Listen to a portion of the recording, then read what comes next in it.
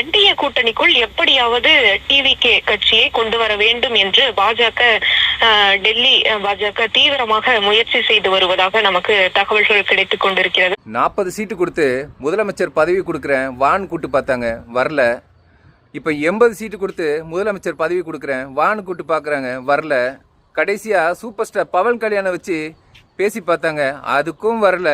ஏன்னா நம்ம தளபதி ஒரு வாட்டி முடிவு பண்ணிட்டேன்னா என் பேச்ச நானே கேட்க மாட்டேன். இந்த காலத்து அரசியல்வாதிங்க சம்பாதிக்க வராங்க அரசியலுக்கு. ஆனால் நம்ம தளபதி மட்டும்தான் சம்பாதிச்சதை விட்டுட்டு வர்றாரு அரசியலுக்கு. இதோட என்ன குவாலிஃபிகேஷனுங்க வரணும்? தேசிய ஜனநாயக கூட்டணியில் தவேகாவை இணைக்க ஆந்திர துணை முதலமைச்சர் பவன் கல்யாண் முயற்சி செய்து வருவதாக தகவல் கிடைக்கப்பட்டிருக்கிறது. இத்தனை வருஷம் அரசியல் வாழ்க்கையில் கட்சி 2 வருஷத்தில் இந்த மாதிரி ஆஃபர் கொடுத்து உதறி தள்ளிட்டு வர்றாருன்னா அந்த மனுஷன் எவ்வளோ உறுதியாக இருப்பார். மக்களுக்கு நம்மளால் மட்டும்தான் உண்மையாக நடக்க முடியும், உண்மையாக செய்ய முடியும்ன்ட்டு.